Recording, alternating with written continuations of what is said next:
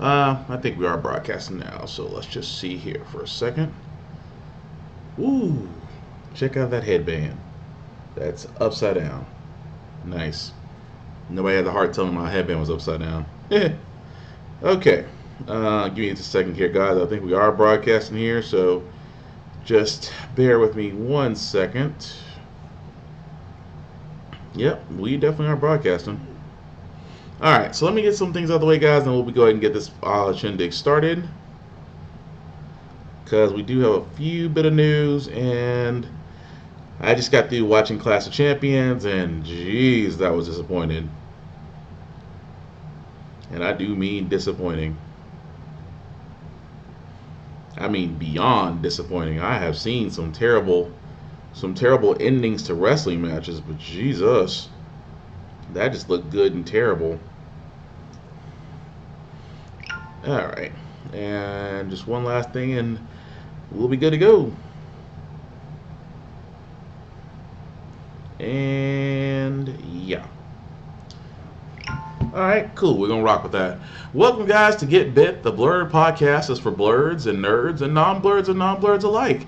I'm your host, most Will Buchanan, and on this show we do talk about everything pop culture, video games, television, movies, sci-fi, cosplay, whatever is really in the week whatever is really in the week for the news going forward. So let's just go ahead and get into it. For all those that are Netflix fans, well, there's a few things on the Netflix side that you should be aware of, especially if you're a fan of Resident Evil, which is probably one of my favorite survivor horror games. They are actually going to go ahead and actually do a Netflix series called Resident Evil Infinite Darkness. The show is going to feature some familiar characters from Resident Evil, Leon S. Kennedy and Claire Redfield. For all those who don't know, those were the two stars of Resident Evil 2, which was basically about leaving Raccoon City alive, and two different campaigns. The only thing about this is they definitely do look different as far as Netflix doing Biohazard Infinite Darkness. As you can see, Leon Kennedy does not have on his raccoon police uniform, and Claire does not look like that out-of-state tourist that just happens to be part of a bachelor party. Either way, they're definitely going to be different, as this will be announced for available on Netflix in 2021. I have several questions about this just because I'm not sure exactly where they're going to go with this. Are they going to start from the entrance of Raccoon City as Umbrella was basically taking over the city? Are we going to, use what happened at the mansion on the train as canon? A lot of that remains to be determined as far as what they're going to do with the Resident Evil story and how they're going to start it. But if it's actually done in the same sense as the video games are, minus Resident Evil 6, because let's be honest, Resident Evil 6 was crap. I don't know. I'm kind of interested to see where they go about it because, like I said before, the Resident Evil story is really interesting just because it has so many different chapters and volumes. Because as Resident Evil itself really delved away from its own games. I mean, Revelations was really a story and it was really a backstory in itself. 5 was more of a side story, but still fun to play. And of course, 4 itself, which actually single-handedly saved GameCube, was a great story for Leon Kennedy as well. It's going to be interesting to see where they go with the storyline on this, but like I said before, I'm just looking forward to it. The other information I have is, like I said, Netflix is really banking on these movies experiments that they're doing, specifically the ones surrounding Chris Hemsworth, Journey Smollett, and Miles Teller, which is a new one called Spiderhead, which they are actually about to be filming and releasing. Which is basically about what it looks like. The story itself is set where a medical facility offers convicts a chance to volunteer as test subjects for pharmaceutical experiments. It is unclear what the roles in each actor is going to play. Now, for all those who don't remember, Thor. Let's just call him Thor because I keep on wanting to say Hemsworth, but I want to say Hemsworth. But let's just say Thor has already appeared in one Netflix movie called Extraction. And if you have not seen Extraction on Netflix, it is really, really good. Even more so that they're already planning a sequel to it. Since Extraction was done by the Russo brothers, and if that name sounds familiar, they're the ones that directed many Marvel movies, including Infinity War and Endgame. So I should not be surprised by now that that Netflix is really going to take to bat a lot of, especially with the Old Guard, which that's going to have a sequel with Charlize Theron in it. And like I said, with Spider-Head coming out, it's going to be interesting to see where they go with it. Like I said before, it seems as they, because of COVID-19 and everything else, has caused a lot of us and a lot of movie streams to actually do differently. And Netflix is right now learning to really go with it. So I can't really be mad. Looking forward to it. But a little bit of video game news that we have for you guys as well. Amazon has warned of Xbox Series X pre-order issues, meaning that just because, and we shouldn't be surprised by this, that with every new console release, there's always going to be inventory problems.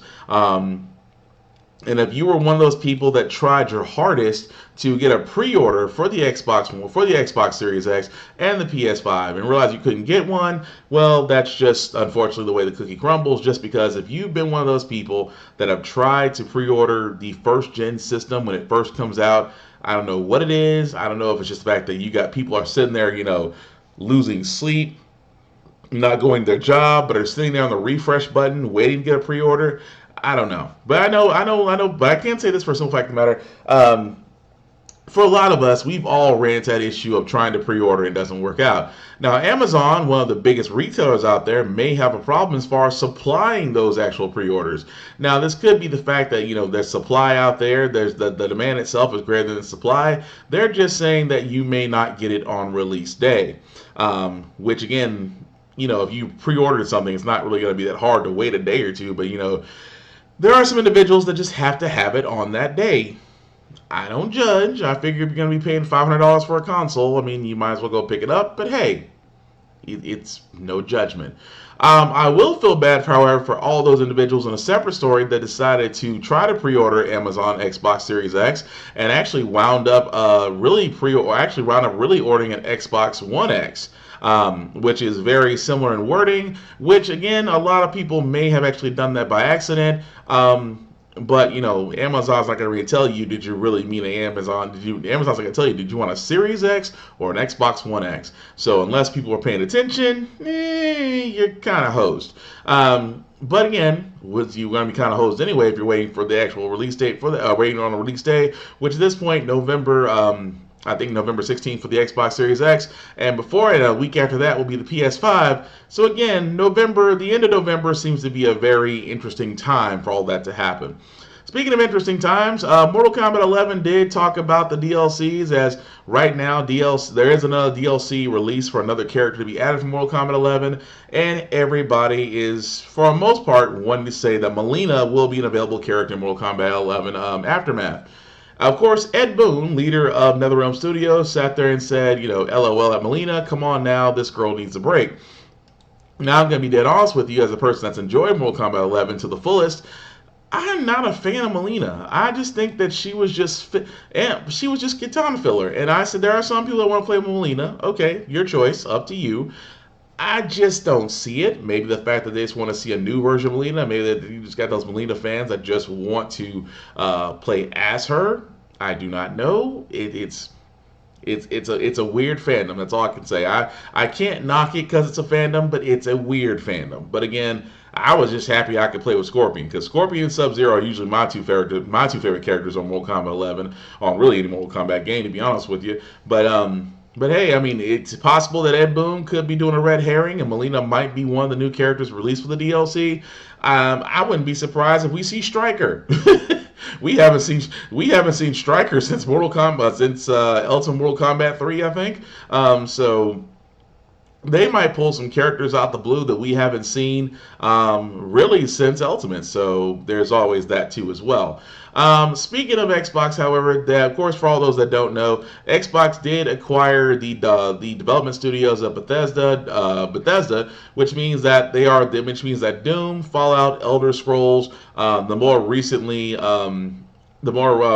games that have came out will now be under the Microsoft flagship. Now, what does that mean? That basically means that Microsoft realizes that they're gonna, in the console war they're having with Sony, they're going to have to produce certain IPs, and certain IPs for certain groups. Bethesda used to have the Elder Scrolls and of course Doom and of course Fallout. Not too many people were fans of Fallout of Fallout 76. So, you can pretty much Google that and see the dismussum on that. And of course, the Elder Scrolls and Morrowind and Oblivion and things of that nature, people did love as well.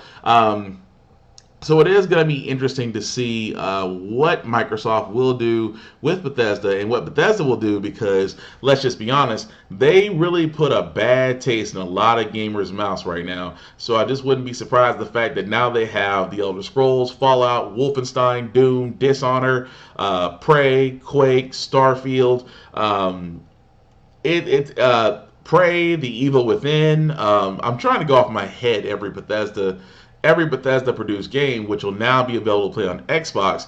But I think the more newest one that they're doing right now, which I was talking about with Recoup, I cannot think of the name to say in my life. I can't even see when it's like I have to come up with that game, because the game I'm talking about is one of the newest games that are going to be coming out next year about basically playing through a killer's eyes, and I cannot remember to save my life. But again, it'll be interesting to see what Bethesda does with this, because like I said before, Microsoft is in desperate need of having some home run IPs to power up the Xbox Series X sales as far as when the release goes, because right now Sony is honestly having some heavy hitters outside of really outside of Konami, because Square Enix is not, I don't see them actually doing a Metal Gear Solid game anytime soon, not with Hideo Kojima and Konami on the outs, which I said there and said before, I said it myself, it's going to be hard to come up with a Metal Gear Solid game when the head guy who's actually been there since Solid on the original PS1 is not there to helm the flagship. So I can't see them, although Metal Gear Solid, I still think that beyond the Phantom Pain, we still need a Metal Gear Solid, not Metal Gear Solid Survive, because for all intents and purposes, no. But 5 was kind of the ender of it. It kind of felt like an ending, really. It really kind of felt like the ending of a story, even though Guns of the Patriot was supposed to really wrap up Solid Snake's story, and of course Phantom Pain really tells the evolution of Big Boss, if you will. But again, I'm just kind of curious to see what they would do, because do I think that Sony can pull off another Metal Gear Solid? Yes. Do I think it'll be as successful as Hideo Kojima's previous producings of Metal Gear Solid? Remains to be determined. I just can't see that. But aside from other acquisitions, there is a rumor, and keep in mind this is a rumor, that it's been said that Xbox may actually be on the purchase. I'm sorry, that was completely wrong and a terrible segue. What actually might be is that Sega may actually be up for sale. Now keep in mind this is a rumor, so take this with a grain of salt. It has been rumored that Microsoft might be trying to actually purchase Sega as well. For all those that don't remember, Sega a long time ago did have a console. Of course, they had a console. Of course, Sega CD, Mega Drive for all those are a little bit older, and of course, the Dreamcast, which I still say was a console that was way ahead of its time and still had a great library. But again, if you were kind of born if you were born after 2010, then if you were born, actually, I take it back. If you were born after 2007, then none of this is going to make sense to you. But for the rest of us, it was a great time for gaming with Sega, because of course with Sonic, the Sonic Hedgehog series, Vector Man, Toe Jam and Earl, Golden Axe. I could keep going down the road. Shinobi 3, Streets of Rage. Again, there's an entire library of Sega games, and it's interesting now that even though this is a rumor, even though that the Tokyo Game Show, which should be happening sometime this week, it'll be interesting to see exactly what's being said. Now, again, Microsoft and Sega are being very tight-lipped about this. Sega, because it no longer produces console, actually produces games. I think that I keep on saying this not to be too sidetracked, but this will be a perfect time for Sega to actually produce a new console, because it used to be a gamer's market at one point. Nintendo, it used to honestly, I have to be honest with you, before the introduction of Xbox and PlayStation, it used to be just Sega, Nintendo, and PC. That was it. That's all you had. You had Sega, Nintendo, PC. Then somewhere down the road, you had Sega, Nintendo, PC, and Sony. And then further down the road, you had Sega, Nintendo, PC, Sony, and Microsoft. And of course, eventually Sega did drop off with their Dreamcast, and then eventually it just whittled down to now it's just Microsoft, Sony, and PC. So at one point, I would be honest and sit there and say, I really would love to see Sega actually get back into the console wars again. Because, like I said, when they came out with Dreamcast was way ahead of its time. It would be interesting to see now what they would do. But like I said, if the rumor is held true, then Microsoft could add a very, very hefty IP company with a lot of history behind their games can be added to the Microsoft world as well. Because in this case, because as we're heading to, if I could talk, that'd be great. Because as we're heading to a certain area where gaming is going to change and go right to cloud gaming, it would actually be nice to make sure that you have a huge library of games that can be played over the cloud system to where it can download directly to phones and go from there. But switching gears for a second, because there's a little bit of movie news, and I cannot make this up. This is brought up in almost every time. One of my favorite fandoms, Back to the Future, right?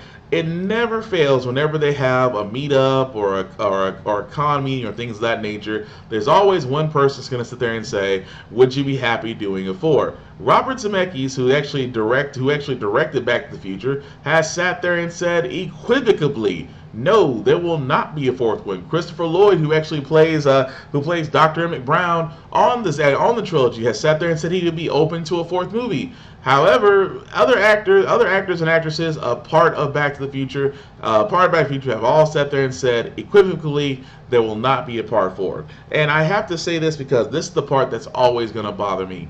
There are some fans that believe that like I said, here's the idea: great movies. Really great movies, some great trilogies have a rule of 3. Once you've done 3 movies of a trilogy, why are you trying to go back and do a 4th one? You've done all you can. I mean, I'm not saying a la Star Wars, because if you really think about it, Star Wars itself had a trilogy of 3. If you don't count every movie in the universe, if you don't count every movie in its continuum, I mean, Star Wars for itself, I mean, think about it. Star Wars, The Empire Strikes Back, and then Return of the Jedi. One trilogy. Of course, you can go back to the previous 3 episodes, The Phantom Menace, The Clone Wars, and Revenge of the Sith. Also 3. You can even go to the most recent one, The Force Awakens, The Last Jedi, and The Rise of Skywalker. Again, 3 movies. Nothing wrong with that. I mean, despite how you may feel from a Star Wars fan, there's some of those movies you may love, some of them you might like. Not judging either way, but it's always been 3 movies. So I can't imagine Back to the Future 1, 2, and 3 having a 4th movie, because why? What more of the story could you possibly tell at this point to where it's going to make sense? And that's what a lot of people don't get. It's you know what it is? It's almost the Black Panther argument. And I don't mean the late Chadwick Boseman gave us a great Black Panther, no doubt about that. But it's almost similar to that same argument. Well, sure, you should go ahead and be Black Panther. I have been saying this from a story standpoint, because I like to think of myself as a writer, but I always want to make sure that whatever I'm putting out there, it makes sense. So I have to look at Marvel the same way, because in the Marvel MCU, Chadwick's character T'Challa is still alive in the MCU. So it's going to be difficult to explain in the next Black Panther movie how you're going to do it. I mean, hopefully they're not going to CGI him like they did Carrie Fisher in The Last Jedi. Hopefully not. But again, or in The Rise of Skywalker. I'm hoping they don't do that. But again, Marvel would hopefully have, I would say Disney would have some dignity about it. But again, I've said before, I don't think Shuri should play Black Panther right now. I think that her role is coming up, but again, you have to explain how in the world that here's the thing. You have to explain how she got to where she was originally in Black Panther, unless you're doing a massive time jump in Black Panther 2, which, let's be honest, because MCUs have a continuity within their movies, it's going to be difficult to explain how Shuri just went ahead and took the role of Black Panther after her brother, they write T'Challa off as missing in action or killed in action or went into the void or things of that nature. Because that's what I said before, it can be done, but I just think that it would still be too early for Shuri to be Black Panther when you have several other characters that you can bring into the MCU, or you can actually go a different route with it. Now, I'm not saying that Shuri can't be Black Panther, obviously not, because in the comics she takes on the role multiple times. There's even a storyline which is a possibility they may use, where they might use her as far as going into the void to actually save her brother T'Challa, only to find out that it was futile, and then she begins the challenge to become the Black Panther herself. It is possible to go with that storyline, But again, I think it's still too early for Shuri to be Black Panther. Now, I understand a lot of people out there would like to see that, or even like to see Killmonger become Black Panther. Again, Michael B. Jordan played a great Killmonger. I think it would be a detriment to his character for him to turn around and be like, well, I tried to rule Wakanda, and then you didn't like the way I ruled, so now you want to bring me back and sit there and say, well, use the Infinity Stones. Can't use them anymore. They've been put back where they've been put back in time where they've been set. The only reason that they tried to make Endgame make any sense. Well, what about actually saying that he's changed his heart because T'Challa saved him? Again, long shot, because he was a believer. So again, again, as much as I like to see Killmonger, and again, he also did get the powers of the Black Panther, again, would not make vital sense. So what does this all mean? It goes back, like I said before, about these movies ideas, and people have them. I just think that some movies should stay trilogies, and Back to the Future 4 is one of them, in the same sense, whereas we look forward to see what MCU will do in Phase 5 with Black Panther 2. That still remains to be determined. Now, beyond that, guys, there is other movie news as well. In the role of Black Adam, is that we do know that Hawkman will be in Black Adam, and he will be played by Aldous Hodge. Now, Aldous Hodge, I should say. I apologize. Aldous Hodge, which is this gentleman right here. If you recognize him, then you watch Leverage, and if you watch Leverage, then you have great taste. But he also was in Leverage. He also, of course, he's been in actually multiple movie roles besides Leverage. But again, I love this one just because, simple fact of the matter is, the more I look at Hawkeye, the more I look at this guy, like this guy himself, Aldous Hodge, has a ton of range. I would be not surprised about making him Hawkman. I would love to make him other characters in DC, but I was like, okay, I could be wrong. That's completely fine. But I just think it's kind of interesting to finally see him get a role in DC, and of course, getting his Hawkman. Dude, I'm not gonna complain at all, because, like I said, if you've seen Leverage, I think he was in the rebooted Invisible Man. And I want to say 4 other movies, and of course multiple TV shows he's actually been into. I still say that's a great character for him to play. It's just going to be interesting to see when The Rock actually drops a trailer about Black Adam, how it's going to look, because the animated stuff they showed during DC fandom is unfortunately not going to cut it. But I'm not going to tell it to The Rock to his face, because I've seen what that man has done to a fence. You ain't gonna rip me off the fence like you ready to fight somebody. No, I'll take that loss.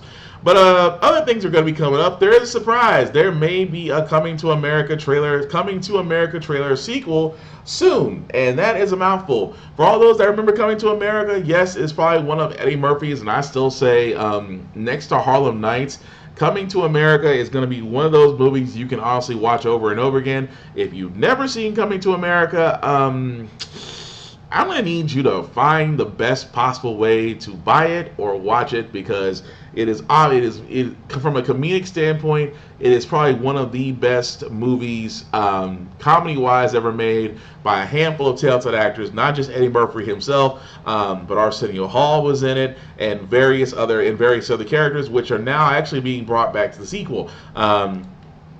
It's going to be interesting to see what they do, because I still want to see how they're going to do the story, considering the fact that it's moving forward with, I guess, another finding love situation, as Eddie Murphy's character is now the king, and of course it's now his son, or I think it's his nephew, going out to find love in America. So I'm curious to see how they're going to go about this. I'm more than looking forward to it. And like I said, if you have not seen Coming to America, I'm going to assume you're young and that your parents just need to show you great cinema. I'm just going to say it that way.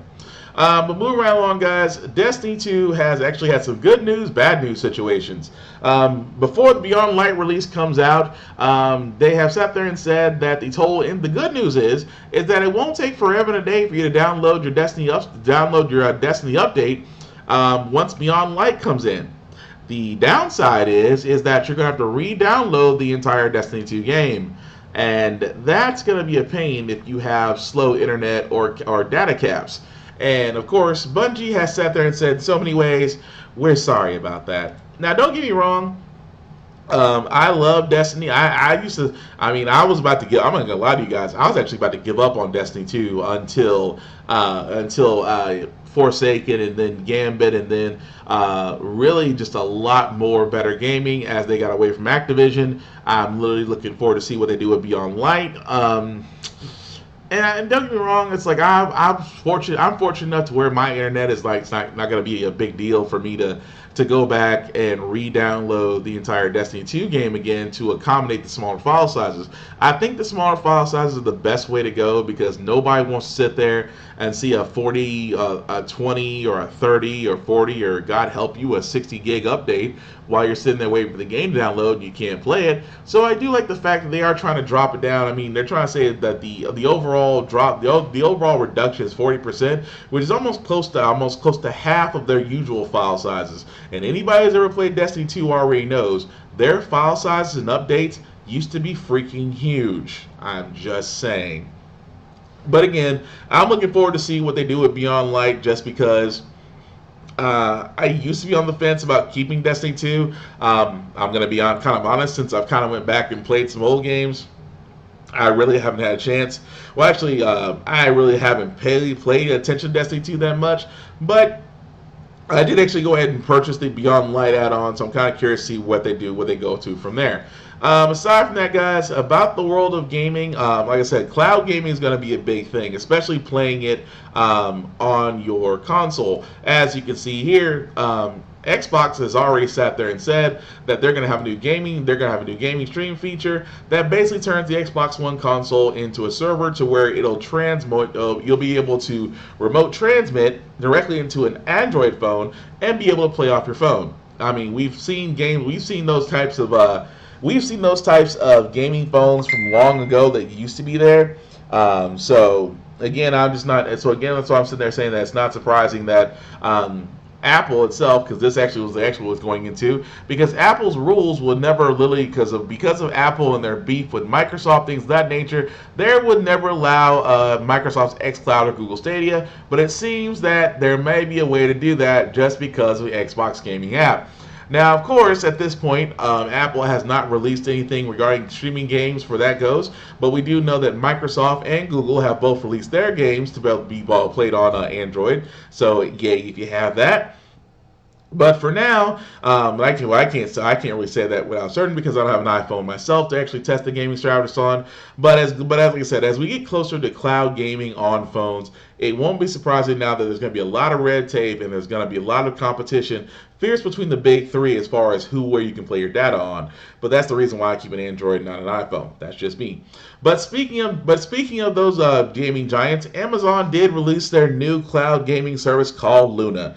Now, Luna is going to be similar to Google Stadia, similar to Microsoft's xCloud, and similar to PlayStation Now, to where it will basically be a cloud gaming platform via Amazon. Of course, you'll be able to play it on PC, Mac, Fire TV, and iPhone and iPad. Android release will be coming later, but you can actually get early access to the service starting today. And I'm going to be honest, I can see Amazon entering that role because they already do enough with gaming with Twitch and Prime services. It'll be interesting to see how they do it because, like I said, when Google launched their Google Stadia, it didn't really launch or it was successful as the way they wanted to.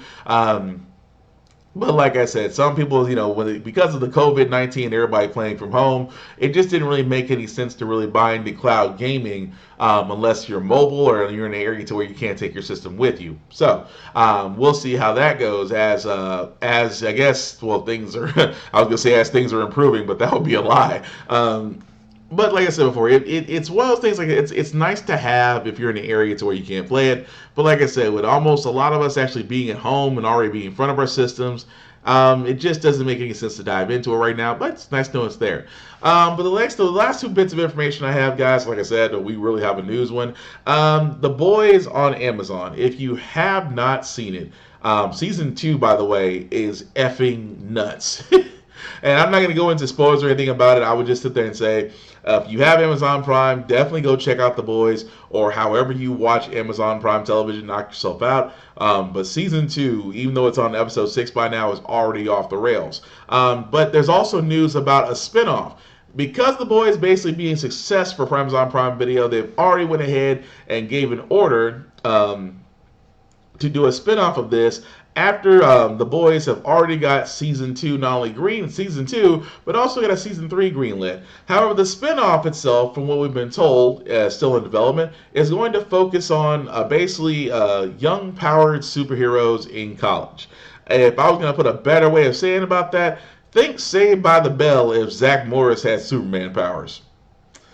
Yeah, a lot of people would not be saying Zach Morris is trash after that. Well, Greg Rosen is writing the series of the plot and also being the showrunner. He's actually also alongside Eric Kripke, who is actually the showrunner for The Boys itself. It's going to be interesting to see what they would do with that, because I'm not saying, because they didn't say if it's going to be based off the the members of the Seven or just do different superheroes, things of that nature.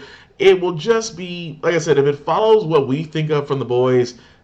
And like I said, it is gory, it is bloody, it is beautiful, it is scary, it is a lot of WTF moments. In essence, it's a great television show. So I'm kind of curious to see what they do with The Boys spinoff as more information comes out. And finally, guys, like I said before, I do apologize because I did start this a little bit later than normal. I was watching WWE Clash of Champions, and WWE, you owe us an apology. I mean, the whole booking from end to end, and I'm not going to spoil it for you for people who definitely want to watch it, but I will say this, WWE need to do better.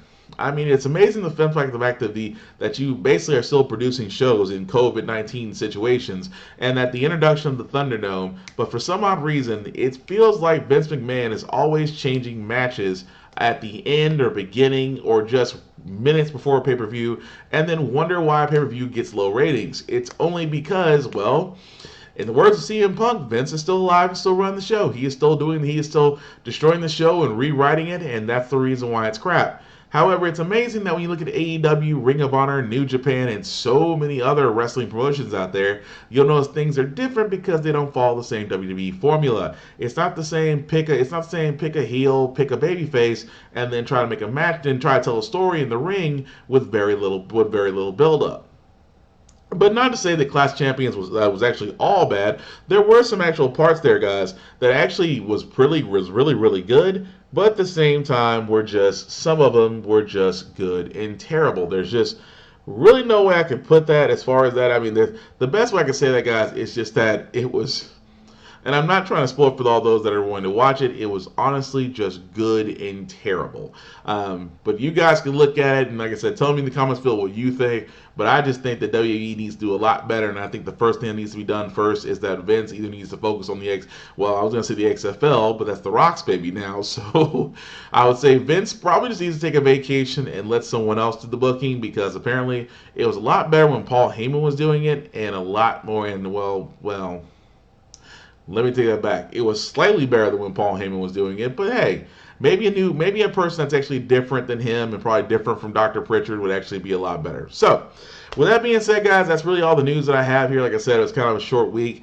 We will look forward to what the Tokyo Game Show shows us as far as what information may be from there. So before I do get out of here, I'm not the only guy that does have these podcasts. I'll start with my buddy Vaughn, which I will say congratulations to him, sir. He'll know why.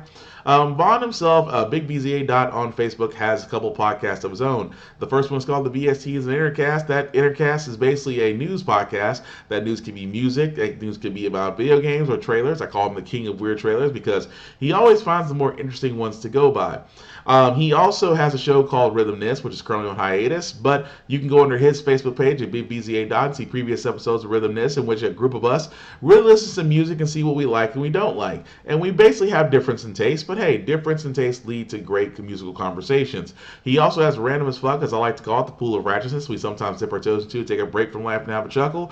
It's basically a string of videos he does set to a theme, and trust me, the theme itself is memorable and so are the videos. But you can definitely watch all of that under Big BZA on Facebook and Big BZA on all social medias. My other brother from another mother, Thomas Reed, also is on hiatus right now with his show, with To Be Determined, which you can see under his Facebook page at Thomas Reed, and his YouTube page, number 2, letter T, letter D, letter D, that's 2TBDE, in which if you've seen Thomas Reed on Facebook, he is a fitness nut. He will always find a way to work out somewhere, but he wants to be able to include that advice to you and be able to help you reach the best that you can. can be. And you basically be able to go from there.